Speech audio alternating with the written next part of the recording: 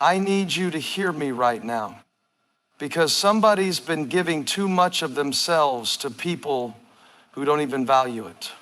You've been pouring out, loving, serving, showing up, and all it's done is left you drained. But can I tell you something? God didn't call you to be a doormat. He called you to be wise. He called you to be discerning. And sometimes that means knowing when to stop giving where there's no return, because kindness without boundaries isn't kindness, it's self-sabotage. And today I want to challenge you. It's time to stop being kind to everyone and start being intentional with your kindness. Kindness is a beautiful thing, but when it lacks boundaries, it can lead to exhaustion, resentment, and even a loss of self-identity.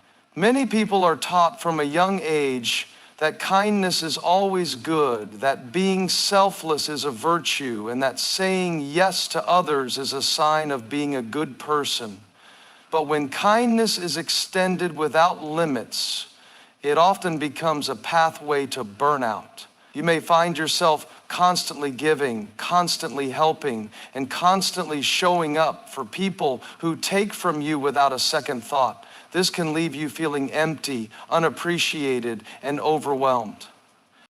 People who struggle with setting boundaries in their kindness often feel guilty when they say no.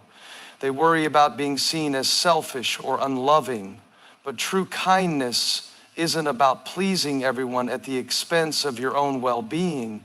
If you continue to give without considering your own emotional, mental, and physical limits, you will eventually have nothing left to give. And when you reach that point, kindness is no longer kindness. It's self-sacrifice to the point of self-destruction. One of the biggest mistakes people make is thinking that being kind means always being available. There is a difference between being kind and being a people pleaser. People pleasers say yes out of fear of rejection, fear of disappointing others, fear of not being liked. But genuine kindness comes from a place of strength, not fear. It requires wisdom, discernment, and the ability to recognize when giving is appropriate and when it is being abused. Some people take advantage of those who are overly kind.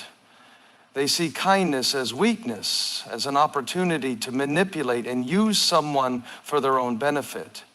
When you are kind without boundaries, you attract people who are looking to take advantage of your generosity.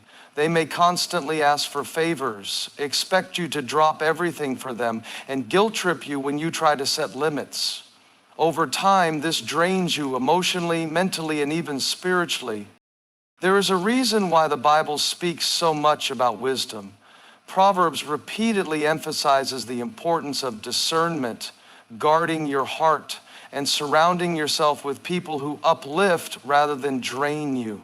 Kindness is a powerful force, but it must be directed wisely. Even Jesus set boundaries.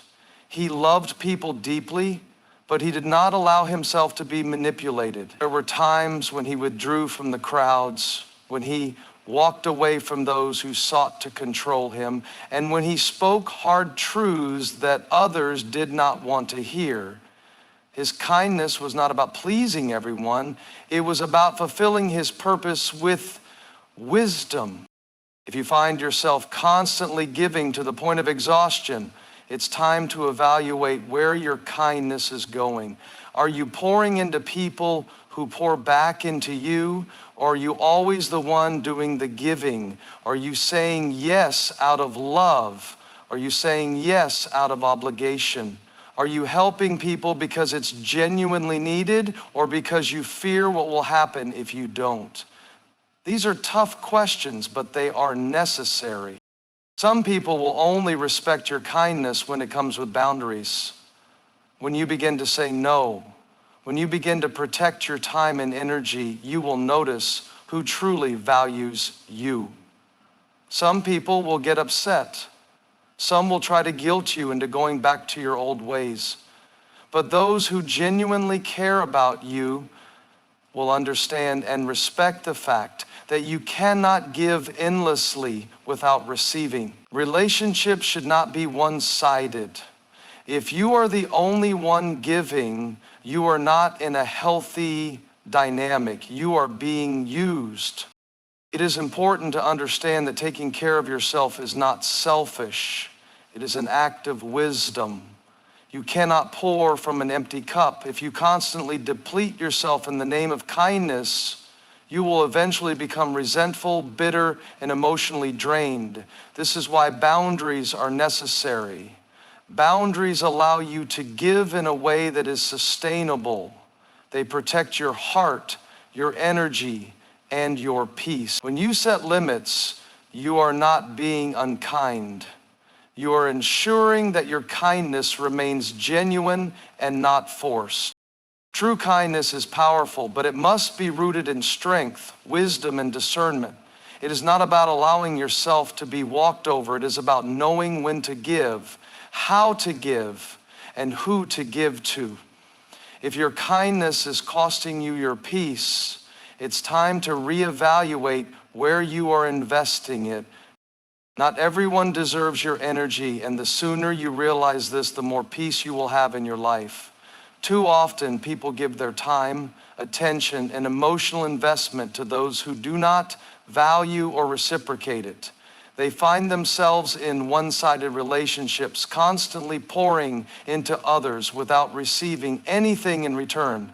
This can happen in friendships, family relationships, work environments, and even romantic partnerships. The truth is, not everyone is meant to have access to you, and not everyone appreciates what you bring into their life.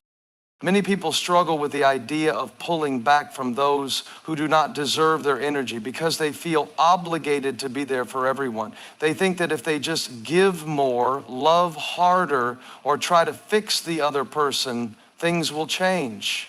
But some people do not want to change. Some people take and take without ever considering what they are giving back. When you continue to invest in people who do not appreciate your presence, you are draining yourself for nothing. It is important to recognize the difference between those who genuinely need support and those who simply use others for their own benefit. There are people who will only come to you when they need something. They will call you, text you, and act like they care, but their concern is always tied to what you can do for them. These people do not deserve your energy. Your time and effort should go to those who see your value, respect your presence, and appreciate you for who you are, not just what you can provide. One of the biggest mistakes people make is trying to prove their worth to those who do not see it. They go out of their way to be helpful, kind, and available, hoping that the other person will finally recognize their value. But if someone does not see your worth on their own, no amount of proving will change that. You should never have to beg for appreciation, respect, or love. The right people will recognize your value without you having to convince them.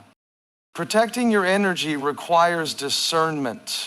It requires paying attention to who is consistently pouring into you versus who is only there when they need something. The people who truly deserve your energy are those who uplift you, encourage you, and support you in the same way you support them. These are the relationships that bring life, not drain it.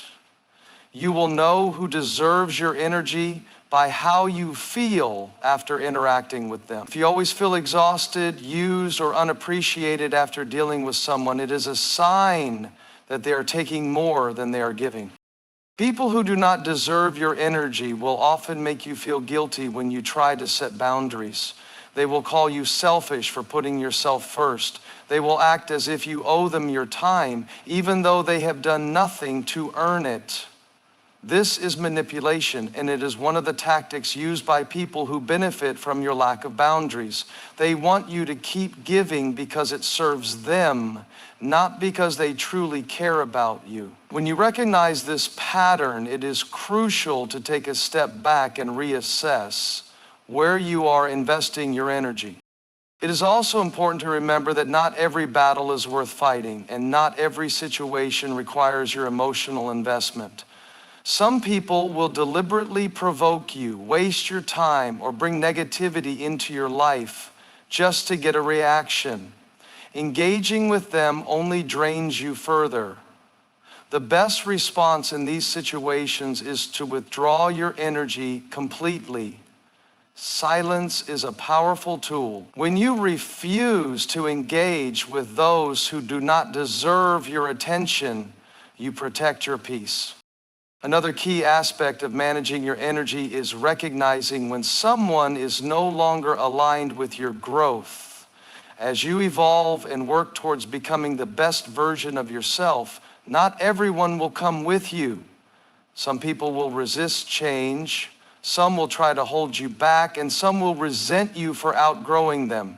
If you continue to invest in relationships that no longer serve your growth, you will find yourself stuck in the same cycles of frustration and exhaustion. Growth requires letting go. Surrounding yourself with the right people is one of the greatest acts of self-care. When you choose to give your energy to those who uplift, support, and value you, life becomes more fulfilling. You no longer feel drained by constant one-sided interactions. Instead, you experience the joy that comes from mutual respect and appreciation. This is why it is so important to be intentional about where you direct your energy. You have a limited amount of time and emotional capacity. Do not waste it on people who do not deserve it. Jesus was kind, but he wasn't a people pleaser. Many people have a misunderstanding of what true kindness looks like. They believe that being kind means always saying yes, never offending anyone, and always putting others before themselves, no matter the cost. But when you look at the life of Jesus, you see a different picture. Jesus embodied perfect love, but he also had boundaries. He had moments where he walked away, where he spoke hard truths, and where he refused to allow himself to be manipulated or controlled by the expectations of others. One of the clearest examples of this is when Jesus would withdraw from the crowds. People followed him everywhere, desperate for his miracles, his teachings, and his presence. He had compassion for them, but he also knew that he could not pour from an empty cup. Throughout the Gospels, you see moments where he would go off by himself to pray and be with the Father.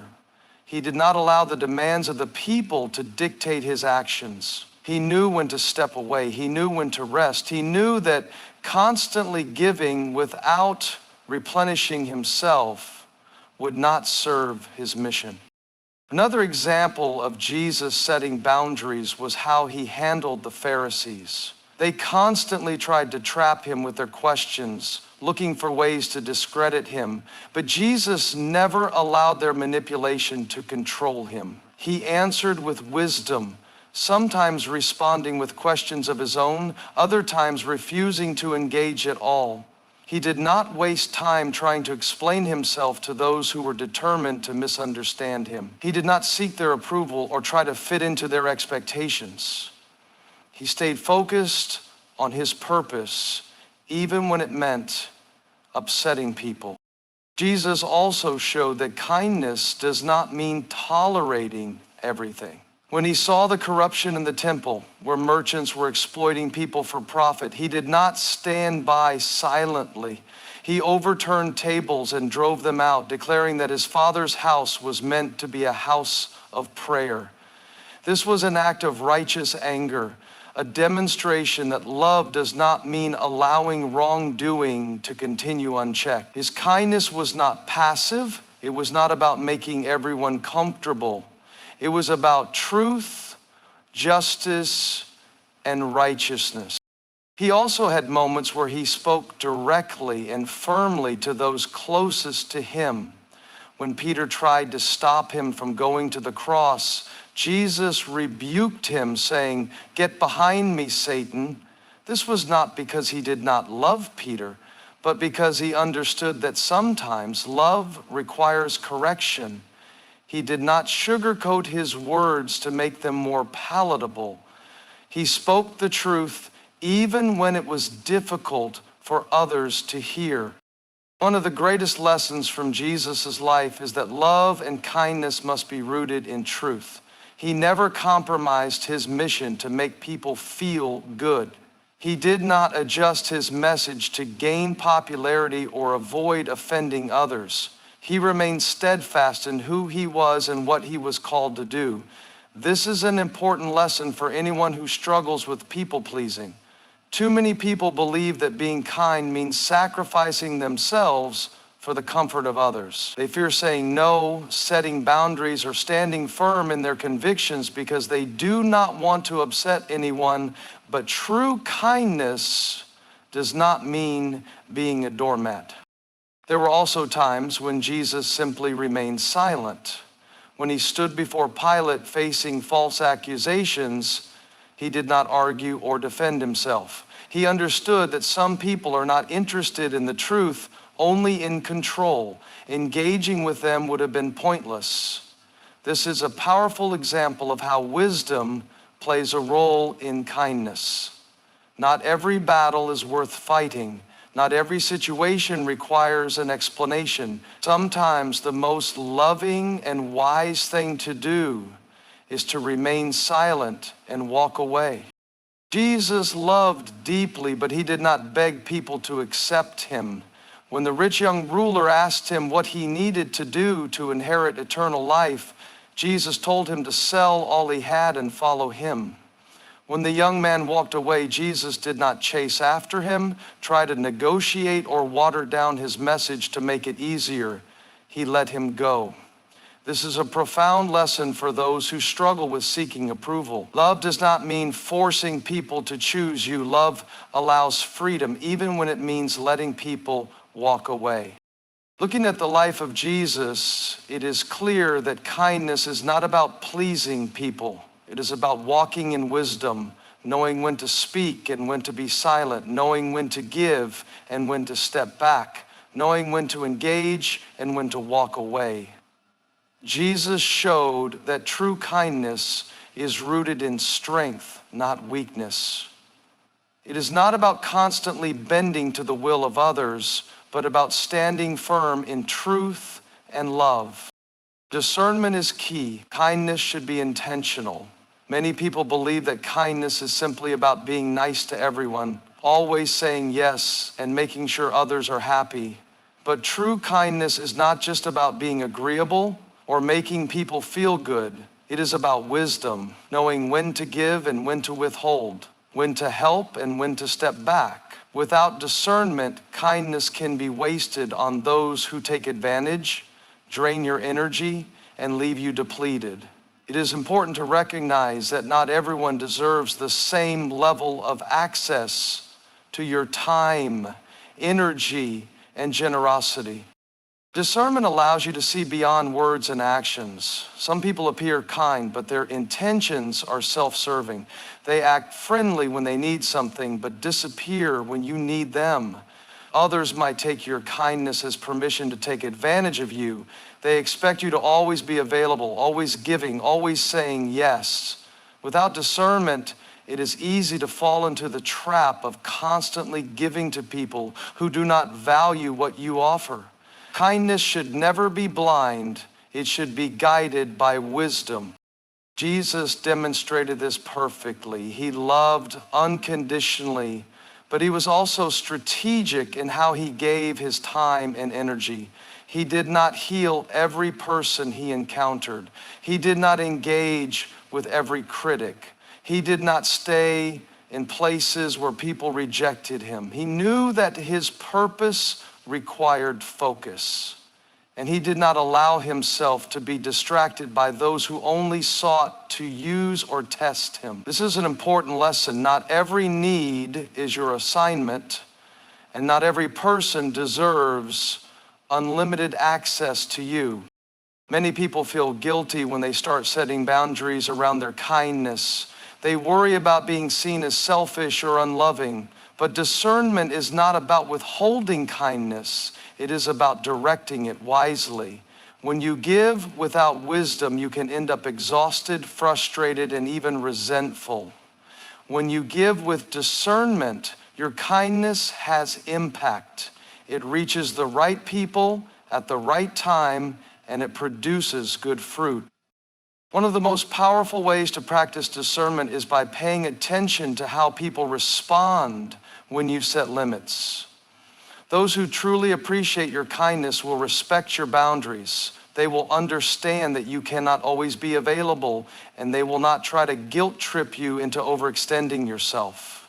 On the other hand, those who only care about what they can get from you will become upset when you start protecting your time and energy. They will call you selfish, unkind, or accuse you of changing. But the truth is, you are not changing for the worse. You are growing in wisdom.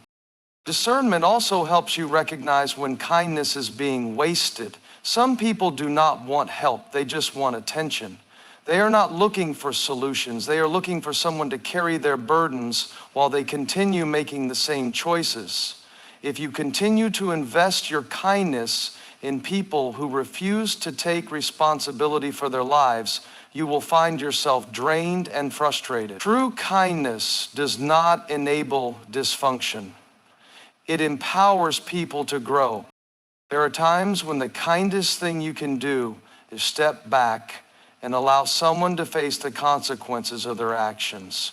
Constantly rescuing people from their problems does not always help them. It can actually prevent them from learning important life lessons.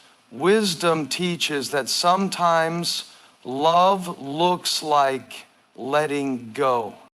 Another important aspect of discernment is recognizing when someone is only around for what you can offer. Some relationships exist purely out of convenience. These people are present when they need something from you, but are nowhere to be found when you need support. If you are constantly pouring into relationships that leave you empty, it is a sign that you need to be more intentional about where your kindness is directed. It is also important to understand that kindness does not always mean agreement. Many people believe that being kind means avoiding conflict at all costs, never confronting issues, and always keeping the peace. But true kindness sometimes requires difficult conversations. It requires standing firm in your values, even when it is uncomfortable.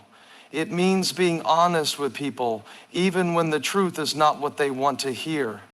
Jesus showed that kindness can be bold. He confronted hypocrisy. He corrected his disciples when they were wrong. He did not avoid truth just to make people feel good. His kindness was rooted in love, but it was not weak. It was strong, wise, and purposeful. This is the kind of kindness that makes a real difference in the world. Being intentional with kindness means choosing where to invest your energy. It means recognizing who truly values you and who is only there for personal gain. It means learning to say no without guilt and understanding that not everyone is entitled to your time. It means being wise enough to know when your kindness is making a difference and when it is being taken for granted. Boundaries are not unkind, they are necessary. Many people struggle with the idea of setting boundaries because they fear being seen as rude, selfish, or unkind. They believe that to be a good person, they must always be available, always say yes, and always put others before themselves. But the truth is, without boundaries, kindness becomes exhausting. It turns into an obligation rather than a choice. It leaves people drained, resentful, and overextended. Real kindness is not about sacrificing yourself to make others comfortable. It is about giving from a place of strength and intention. Boundaries define what is acceptable and what is not. They protect your time, energy, and emotional well-being. When you lack boundaries, people will take advantage, whether intentionally or not.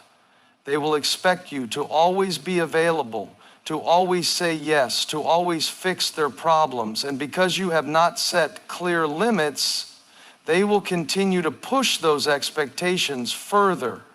It is not their responsibility to set boundaries for you. It is yours.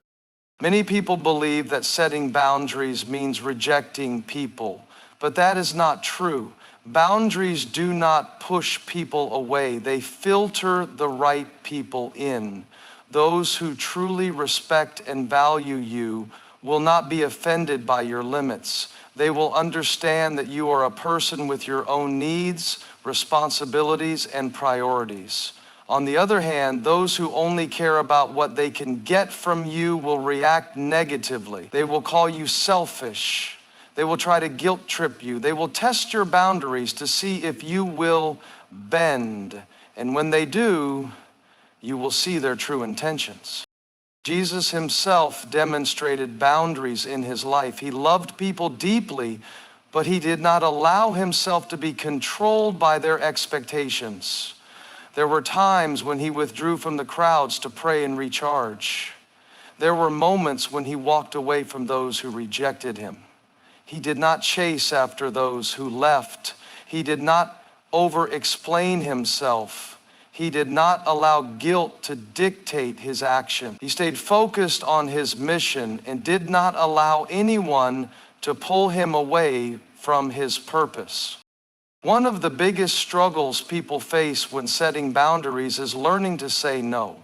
Many people feel guilty when they turn down requests, fearing they will disappoint or upset others. But saying no is not unkind, it is necessary.